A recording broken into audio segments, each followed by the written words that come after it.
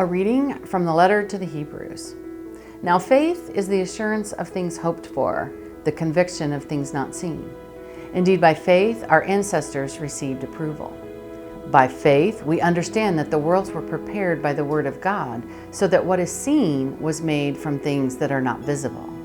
By faith Abel offered to God a more acceptable sacrifice than Cain's.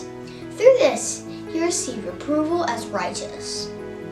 God himself giving approval to his gifts. He died, but through his faith he still speaks. By faith Enoch was taken so that he did not experience death, and he was not found because God had taken him. For it was attested before he was taken away that he had pleased God. And without faith it is impossible to please God. For whoever would approach him must believe that he exists, and that he rewards those who seek him.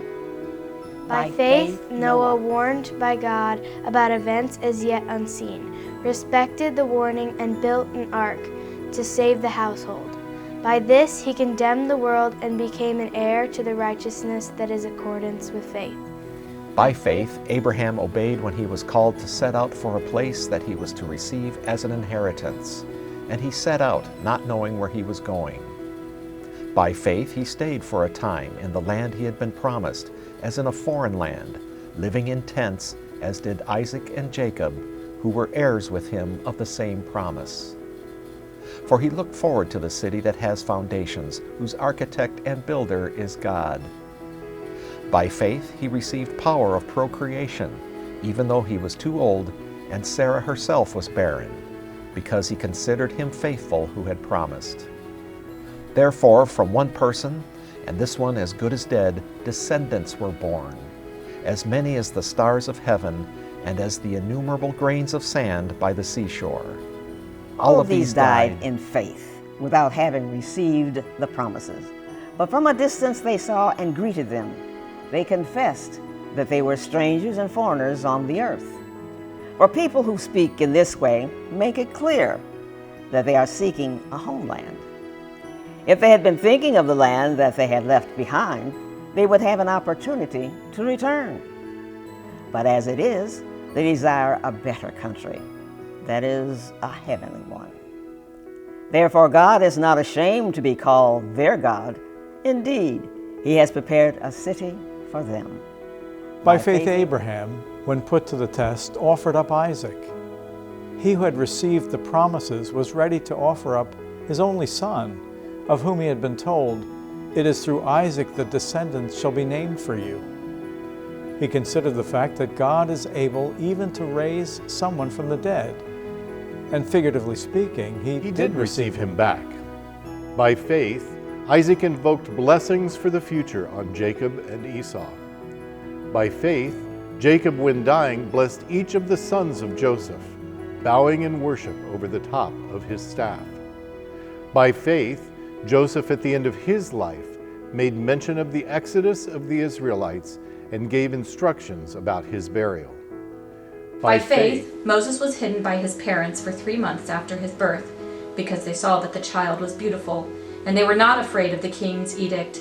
By faith, Moses, when he was grown up, refused to be called a son of Pharaoh's daughter, choosing rather to share ill treatment with the people of God than to enjoy the fleeting pleasures of sin. He considered abuse suffered for the Christ to be greater wealth than the treasures of Egypt, for he was looking ahead to the reward. By faith, he left Egypt, unafraid of the king's anger, for he persevered as though he saw him who is invisible. By faith, he kept the Passover and the sprinkling of blood, so that the destroyer of the firstborn would not touch the firstborn of Israel. By faith, the people passed through the Red Sea as if it were dry land, but when the Egyptians attempted to do so, they were drowned. By faith, the walls of Jericho fell after they had been encircled for 7 days. By faith, Rahab the prostitute did not perish with those who were disobedient, because she had received the spies in peace. And what more should I say?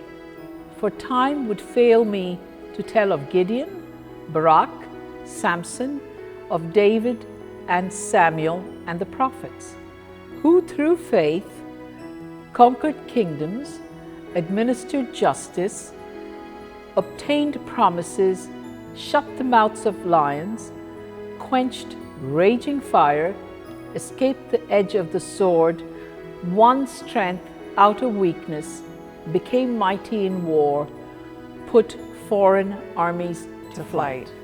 Women received their dead by resurrection. Others were tortured, refusing to accept release in order to obtain a better resurrection. Others suffered mocking and flogging, and even chains and imprisonment. They were stoned to death. They were sawn in two. They were killed by the sword. They went about in skins of sheep and goats, destitute, persecuted, tormented, of whom the world was not worthy. They wandered in deserts and mountains and in caves and holes in the ground. Yet all these, though they were commended for their faith, did not receive what was promised. Since God had provided something better so that they would not, apart from us, be made perfect.